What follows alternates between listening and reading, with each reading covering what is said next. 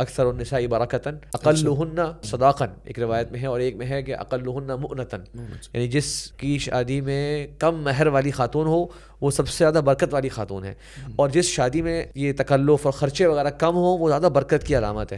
تو اس صحابی لیے کا واقعہ بتا دیں نا شیخ، وہ جو مجلس میں ایک عورت نے اپنے آپ کو پیش کیا، پھر اللہ کے نبی نے کہا التمسوا لو خاتم من حدید، بتایا ذرا سا. بالکل یہ آپ نے جس طرح آپ نے ذکر کر دیا کہ اللہ کے نبی صلی اللہ علیہ وسلم نے تو کہا کہ بس جاؤ اور ایک لوہے کی انگوٹھی لے آؤ، یعنی بیٹھے بیٹھے مسجد کے اندر ہی لمحات کے اندر وہ چیز طے ہوئی، اور وہ یعنی صحابی نے کہا کہ میں کرنا چاہتا ہوں. آپ نے کہا ڈھونڈو، اس نے کہا یہ چادر ہے، تو آپ نے فرمایا یہ اس کو دے دو گے تمہارے، اس نے کہا پھاڑ کے دو کر دیتا ہوں، تو فرمایا نہ اس کے کام کی نہ تمہارے کام کی.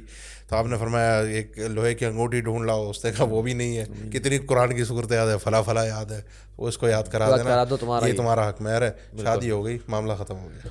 حتیٰ کہ شیخ جیسے عبدالرحمن بن عوف رضی اللہ کے بارے میں آتا ہے کہ باقاعدہ شادی بھی کر لی، جبکہ مہاجرین میں سے تھے. آپ صلی اللہ علیہ وسلم کے ساتھ ایک بہت گہرا پرانا تعلق. مدینہ منورہ میں آپ صلی اللہ علیہ وسلم کو دیکھا تو شادی کے کچھ اثرات جسے کہتے ہیں ظاہر ہوئے، ان کے کپڑوں پہ نشانی ہیں، کچھ علامات ہیں. تو ہم نے فرمایا بھائی کیسے نشانی ہے؟ تو فرمایا رسول اللہ میں نے تو شادی بھی کر لی. تو انہوں نے فرمایا ہاں بھائی کہ کتنے مہر تم نے دیا؟ تو انہوں نے مہر کی مقدار ذکر کری اور اچھی خاصا مقدار جو ہے ذکر کیا مہر کا.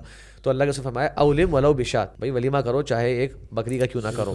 تو یہاں سے معلوم ہوا کہ شادی بھی کر لیا اگر کر لینا ہمارے معاشرے میں میاں شادی کر لی، بلایا بھی نہیں، تعلق ختم. یہ اس نے اپنی شادی میں نہیں بلایا، ہم بھی اس کو نہیں بلائیں گے ہمارے یہاں. بلکہ دعوت کا اگر طریقہ ایسا ہو جائے کہ جی اس کو کارڈ بھیجا ہے اور ہمیں تفصیلی کارڈ نہیں بھیجا گیا، ہمیں خود آ کر نہیں دیا، ہمیں میسج آ گیا اور ان کو کارڈ آیا تھا، ان کو فون بھی کیا تھا. علمی ہے شیخ. تو یہ اللہ کے نبی وسلم کے سامنے وہ شادی ہو گئی. آپ کو بعد میں پتہ چل رہا ہے نہ کوئی وہ تکلف ہے. ہمارے ایک تکلف ہوتا ہے کہ جی وہ نکاح پڑھانے کے لیے بھی فلانے کو بلانا ہے، فلاں شیخ کو بلایا جائے یا فلانے سے نکاح پڑھوایا جائے.